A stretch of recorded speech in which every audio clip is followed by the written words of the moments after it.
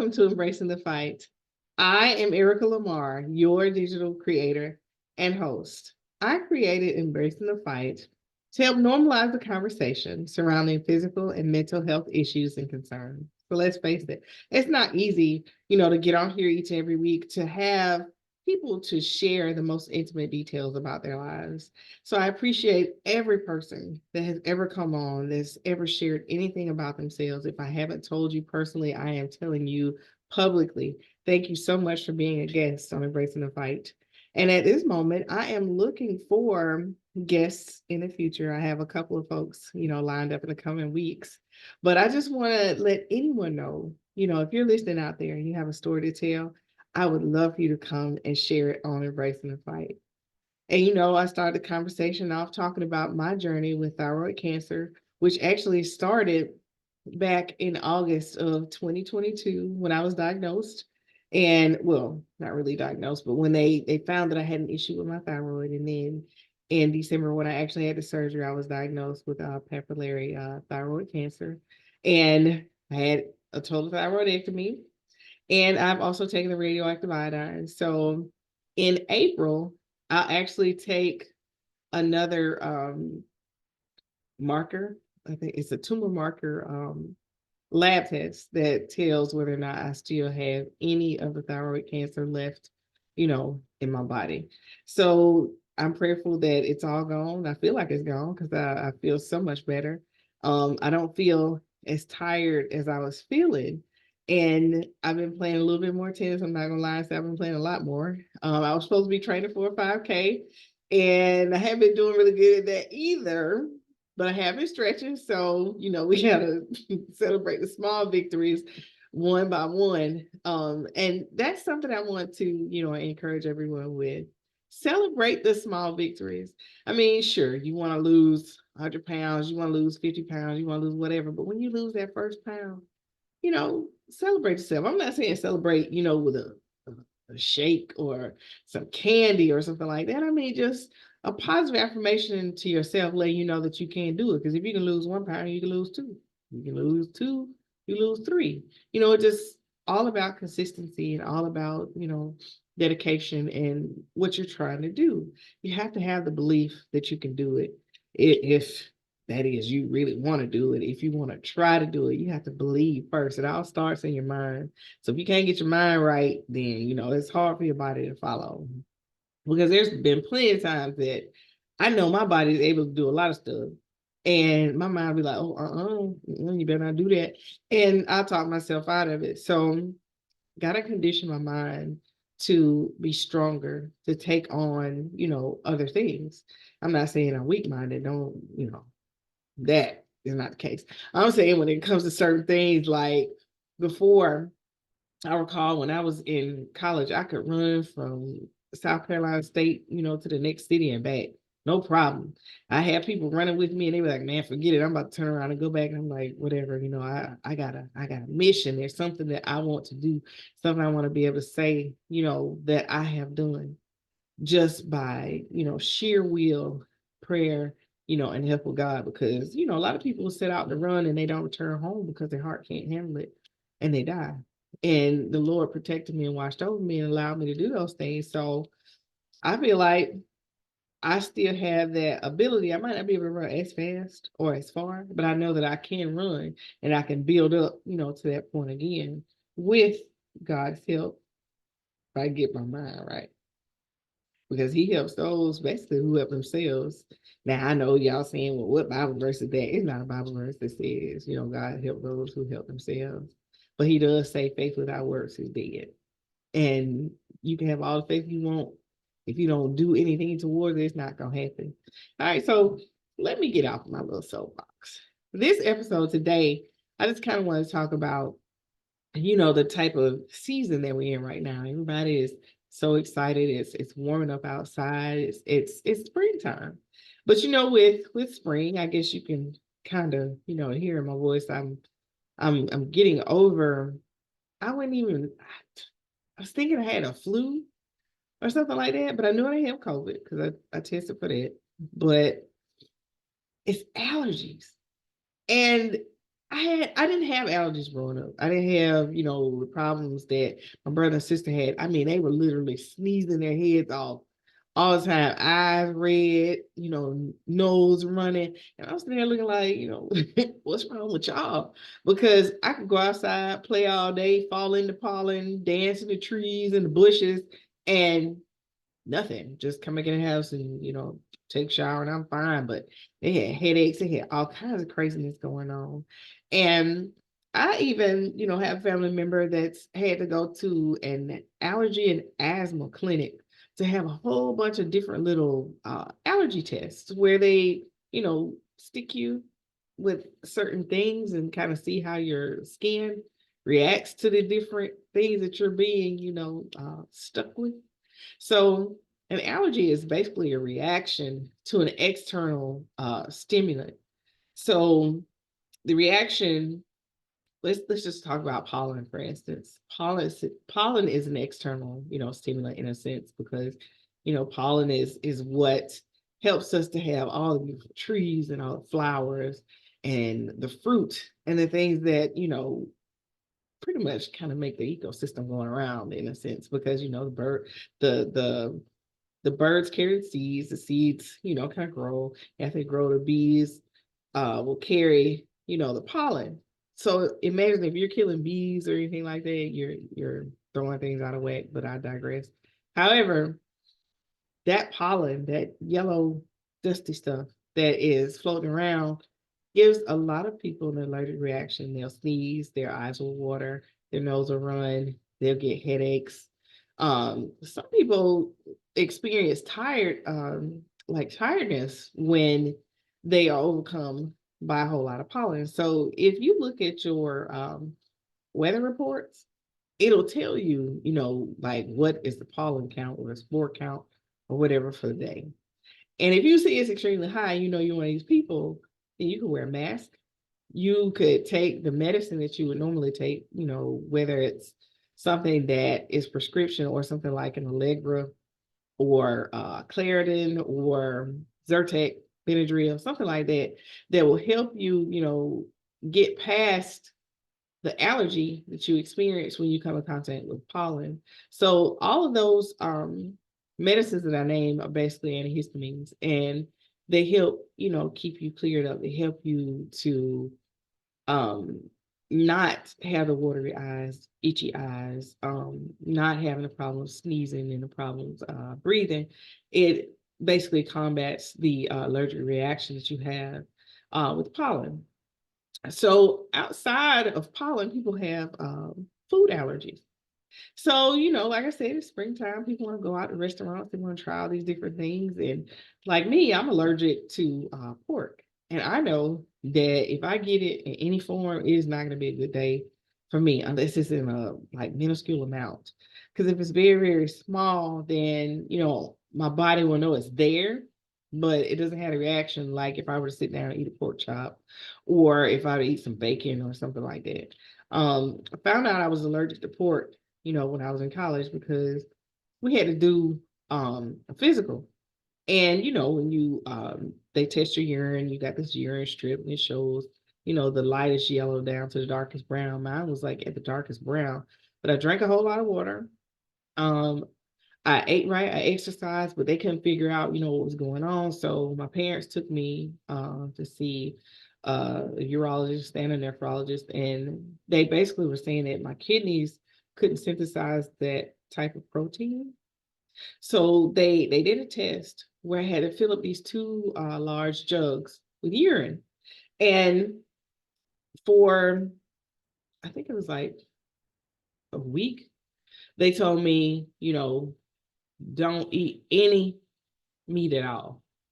And I had to fill up a jug. Then they said, okay, now this week, eat pork. So I did. And I turned the two jugs in. The first jug, it was completely clear. And then the second jug, the pork, where I had eaten the pork, it was back to that dark brown. And I was like, well, how y'all know it's not chicken and beef? And kind of the doctor was like, well, do you want to be chicken and beef? That means you're going to be a vegan because your kidneys cannot handle, this type of protein.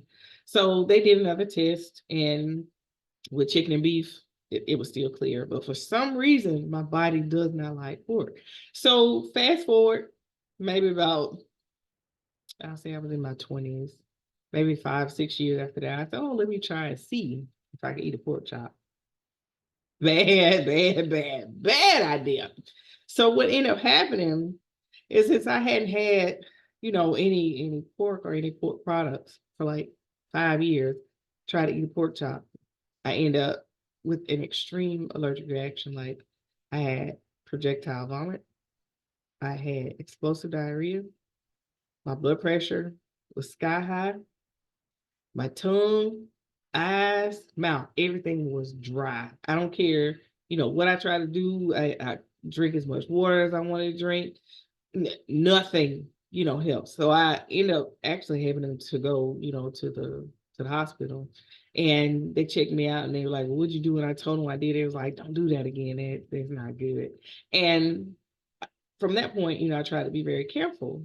So every time I eat something or I ask someone, like if they bring something, not like I eat a whole lot of potluck or anything like that, but that's a whole other story. But I'm saying if I go to a group dinner, I always put on there that I have a pork allergy. I didn't know that some medications are derived from pork as well. I learned that this last time, that I was ill because they gave me a cough syrup that contained some type of pork. And I'm sitting there coughing my head off. And the pharmacist says, I'm sorry, I can't give you that. You listed that you have a pork allergy. And did you tell this to the physician that, saw you? And I was like, yes, I told him. And she was like, well, you can't take this. You can take all this other stuff that they gave you, but you can't take this. And one thing that I really needed was cough syrup. So I was like, now I'm gonna be coughing because I can't take this stuff and she wouldn't give it to me. But I'm glad she didn't, because who wants to trade, coughing for that? All the other stuff I just described. I mean, medicine has always been so strange to me. Like you take something to make yourself feel better, and in turn it could do something else somewhere else in your body that you weren't even expecting, because that's just the way it is. It's like, what? Uh, It's almost like the medicine is practicing on you. Like it doesn't know, what it should do, but oh, it's gonna fix this, but oh, it's gonna mess this up. So be careful, about what you eat, especially if what you're allergic to. Make sure that you are passing this on to your physicians as well, because like I said, some medicines might be derived from the very things that are causing you to have an allergy or an allergic reaction. All right, so then another thing when we think about allergies, and I kind of smile, is because, you know, there are certain people that you're allergic to. Um, I find that people that are extremely negative, or people that, just lie for no reason.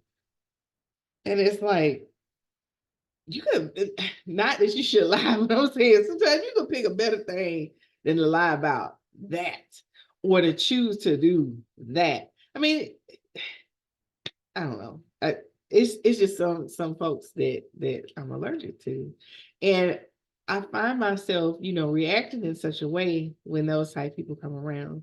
Now, I try to be kind, I try to be courteous, and I try to use tact when I speak with any and everyone.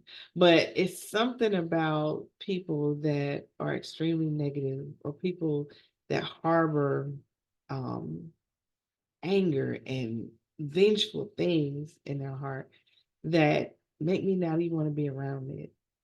And I hope that you're one of my listeners that is allergic to it too, and you don't bring that type of presence into the world. That you're someone who brings harmony, someone who brings balance, a person that people are glad to see coming, and then you're not the one that they saying, oh, there she is, or there he is, and everybody kind of scatters. You don't want to be that person.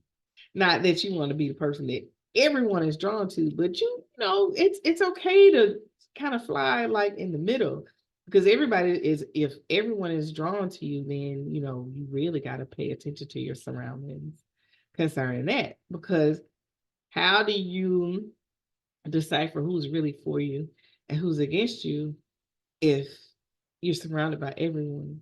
You won't know until something happens, and then at that moment, it's too late unless you have that amazing spirit of discernment that helps you, look at people for who and what they really are.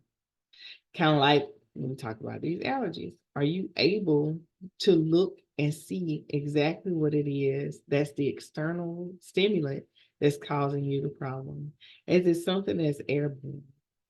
Is it something that you eat? Is it the people that you choose to surround yourself with? Airborne, breathing. Did you eat it? Was it edible? Or is it sitting next to you? Is it that person that is sitting next to you that's causing you to speak and think negatively in your life? That you need to have an allergic reaction to. That you need to get it away from you as quick as possible. Because if you can't speak life into something that is dead, then how can you expect to continue to speak life to yourself when you surround yourself with nothing but dead things? Think about it. Life survives, life lives, death dies and falls away. Those two things cannot be in the same place at the same time. You either live or you die. So, what I need you to do today is find out next time you go to your doctor, if, like, say you've been having some issues and you don't know, why you're sneezing, why your eyes itching, why your nose running, whatever, talk with your primary physician about setting you up with an allergy and asthma exam. That way you can go in and you can get tested to see if certain things, cause you an issue. Like, for instance, like I said before, when I was young, I didn't have these problems, but I grew up in Georgia. Moved to Alabama, still didn't have these problems. Now that I live in Florida and they have these palm trees and they build like subdivisions in the middle of places that were formerly swamps. So you got all kinds of strange plants and animals and everything that's running around. And everything makes me like sneeze or feel like I'm about to sneeze or cough.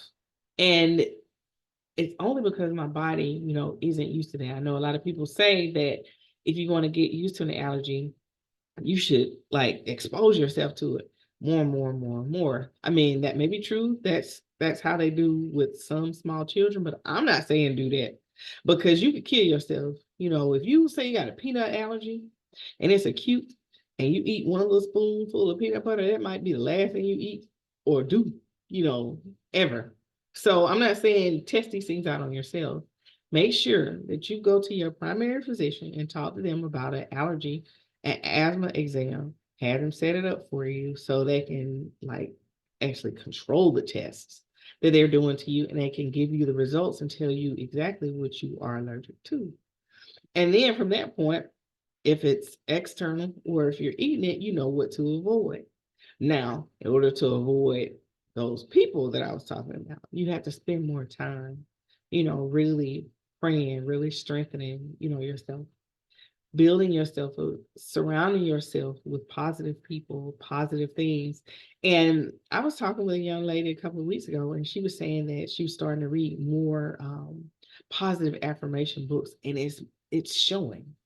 It's like coming from the inside out. She's glowing, regardless of all the stuff that's going on around her. Everything is going well because she's feeding her soul with the proper and positive things. And all I can do is encourage you to do the very same. So try it. What is the worst that can happen? Thank you so much for taking this time out to sit with me to watch Embracing the Fight, this episode concerning allergies. Are you allergic to anything? And if you are, what are you going to do about it? Thank you so much. Have an absolutely amazing day.